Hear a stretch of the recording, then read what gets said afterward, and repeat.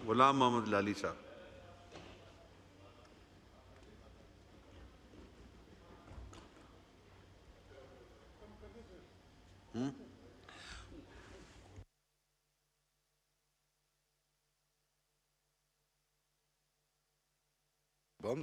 Mic खोले लाली साहब जी, बोले जरा। बिस्मिल्लाहिर्रहमानिर्रहीम। अस्सलातु वस्सलामु अलैका या सय्यदी या रसूल अल्लाह। बहुत मेहरबानी जनाब मोहतरम स्पीकर साहब। मैं अपनी बात का आगाज़ आज फिर से जो आका करीम की उम्मत पे जुल्म हो रहा है उससे शुरू करूंगा। पिछले 1.25 साल से जो जुल्म और ज्यादती गजा के इलाके में हो रही है, तमाम दुनिया उसको देख रही है और सबसे बड़ा अलमिया उसके अंदर ये है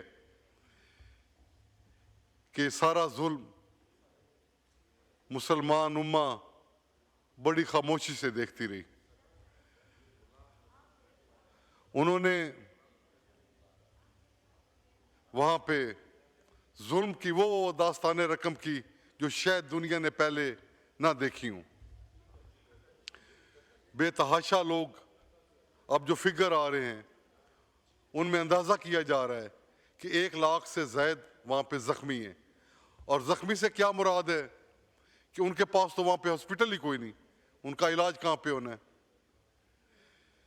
कुछ 60-70 हज़ार के करीब अंदाजा किया जा रहा है कि वहां शोधा की तादाद है, जिनमें ज्यादा तादाद वहां के मासूम बच्चे हैं, खवातीन हैं, बुजुर्ग हैं।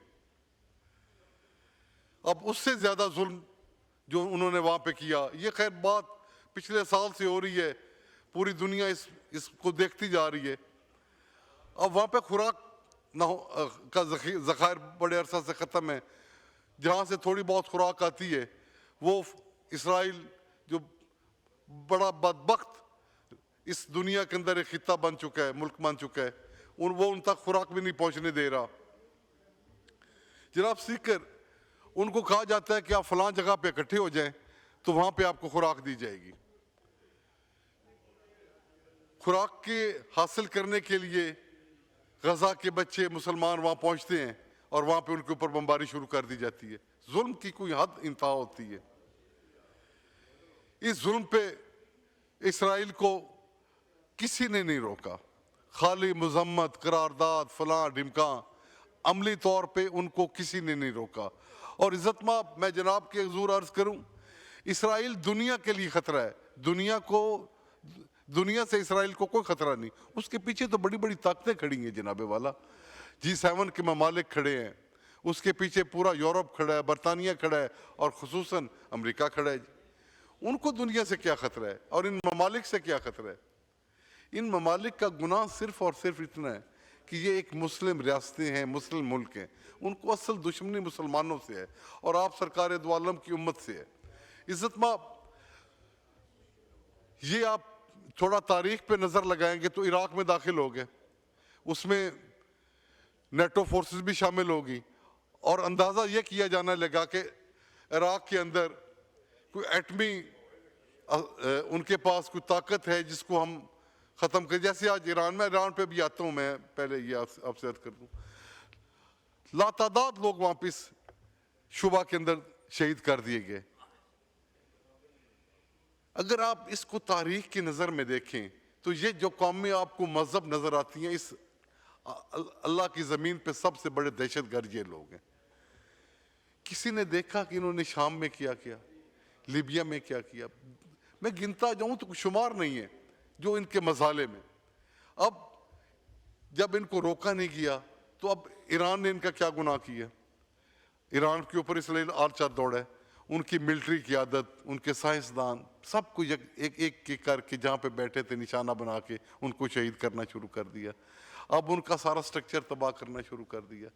अल्लाह ताला रब्बुल इज़्ज़त की ज़ात ईरान की मदद फरमाए, अल्लाह ताला उनको वो हौसला अता फरमाए और इस बदबख्त रियासत को वो निस्तो नाबूद करे। मेरी दिल से रब्बुल इज़्ज़त की हुजूर दुआ है।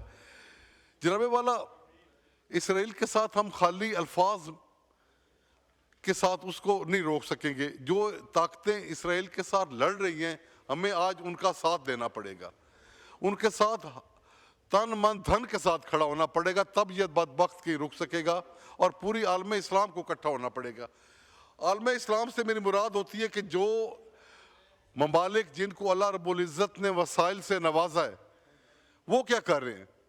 अभी वहाँ पे अमेरिकी सदर आए, उन्होंने वहाँ पे क्या किया कि उनसे 600 अरब के तिजारत के मायदे करके गए हैं।